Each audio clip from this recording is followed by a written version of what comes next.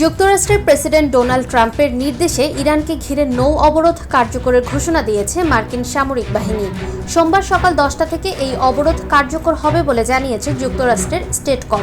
বিবৃতিতে বলা হয়েছে, প্রেসিডেন্টের নির্দেশনা অনুযায়ী নির্ধারিত সময় থেকে ইরানের সব বন্দর দিয়ে প্রবেশ ও প্রস্থানকারী সামুদ্রিক চলাচল সাময়িকভাবে সীমিত করা হবে। এই সিদ্ধান্ত আরব উপসাগর ও ওমান উপসাগর সংলগ্ন ইরানি বন্দরগুলোতে প্রযোজ্য হবে বলে জানানো হয়। তবে একই সঙ্গে স্টেটকম স্পষ্ট করেছে, ইরান ব্যতীত অন্য দেশের গন্তব্যে হরমুজ প্রণালী দিয়ে চলাচলকারী জাহাজের উপর কোনো বাধা আরোপ করা হবে না, অর্থাৎ আন্তর্জাতিক জলপথে বাণিজ্যিক নৌ চলাচল অব্যাহত থাকবে বলে দাবি করা হয়েছে। স্টেটকমের বিবৃতিতে আরও বলা হয়, অবরোধ কার্যক্রম সব দেশের জাহাজের ক্ষেত্রে সমানভাবে প্রযোজ্য হবে যদি তা ইরানি বন্দরের সঙ্গে সম্পৃক্ত থাকে। বিশ্লেষকদের মতে, এ ধরনের পদক্ষেপ কার্যত মধ্যপ্রাচ্যের সামগ্রিক বাণিজ্যের ব্যবস্থায় বড় ধরনের চাপ তৈরি করতে পারে। নৌ অবরোধ ঘোষণার পরপরই বিশ্ববাজারে জ্বালানি তেলের দাম দ্রুত বেড়ে গেছে। যুক্তরাষ্ট্রের বাজারে অপরিশোধিত তেলের দাম প্রায় 8% বেড়ে ব্যারেল প্রতি $104 উপরে পৌঁছেছে। এমএসটি মার্কিন জ্বালানি গবেষণা বিভাগের প্রধান বলেন, বাজার এখন কার্যত যুদ্ধবিরতির আগের অবস্থায় ফিরে গেছে। হরমুজ দিয়ে ইরান সংশ্লিষ্ট প্রতিদিন প্রায় 20 লাখ ব্যারেল তেল প্রবাহ বাধাগ্রস্ত হতে পারে বলেও আশঙ্কা করা হচ্ছে।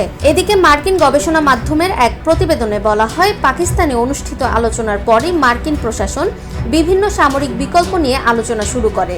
এর মধ্যে রয়েছে সীমিত বিমান হামলা থেকে শুরু করে বড় ধরনের সামরিক অভিযান পর্যন্ত সম্ভাবনা। হোয়াইট হাউসের এক মুখপাত্র জানিয়েছেন, প্রশাসন হরমুজ প্রণালীতে অবরোধ কার্যকর করার পাশাপাশি সব ধরনের কূটনৈতিক ও সামরিক বিকল্প খোলা রেখেছে।